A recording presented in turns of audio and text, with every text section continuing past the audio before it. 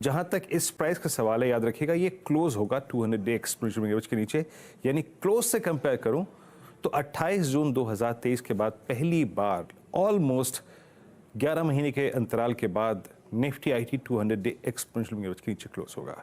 TCS लेके आइए, TCS के नंबर्स आए थे, नंबर्स के बाद इंट्राडे हाई लगा करीब 4060 का, सिंक हो गया डे लो पर 3860 का सर। यहाँ पे क्या इन्फोसिस वो चमत्कार करेगा?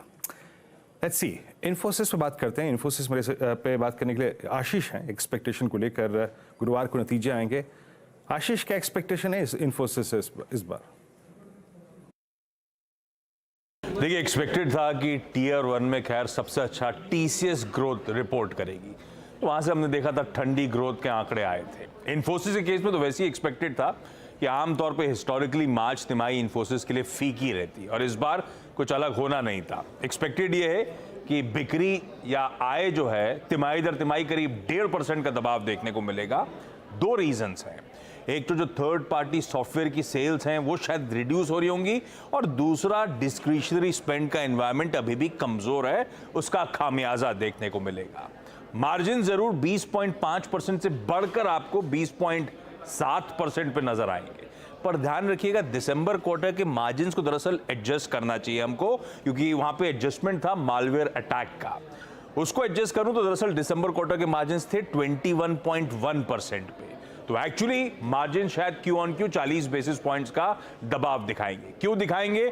कुछ हद तक वेज हाइक का इंपैक्ट होगा, और दूसरा क्योंकि ग्रोथ ठंडी पड़ रही है, सीधे पर्कुलेट होकर वो मार्जिन पे इंपैक्ट करेगी। मुनाफा तिमाही दर तिमाही 0.25% का दबाव दिखाएगा।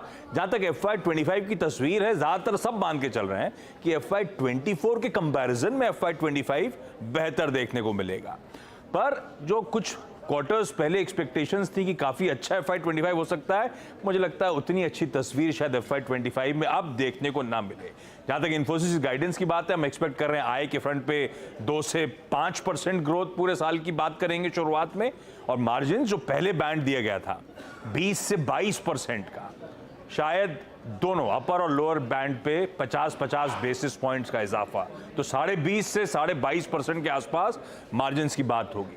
कुल total contract value of new deals $3 billion के आसपास पेंसिल इन कर रही है स्ट्रीट, और नजर कहां रहेगी? सबसे इंपॉर्टेंट, ये जो मेगा डील्स इतने दिनों से अनाउंस हो रही हैं क्वार्टर्स से, वो रेवेन्यूज में किस हद तक ट्रांसलेट हो पा रही हैं, डील की पाइपलाइन, आउटलुक कैसा है, और सबसे इंपॉर्टेंट जो पे आउट पॉलिसी थी वो पिछले 5 सालों के लिए थी FY20 से 24 की, वो समय खत्म हो रहा है, तो नई पे आउट पॉलिसी, उस पर खास तौर पे स्ट्रीट की नजर रहेगी।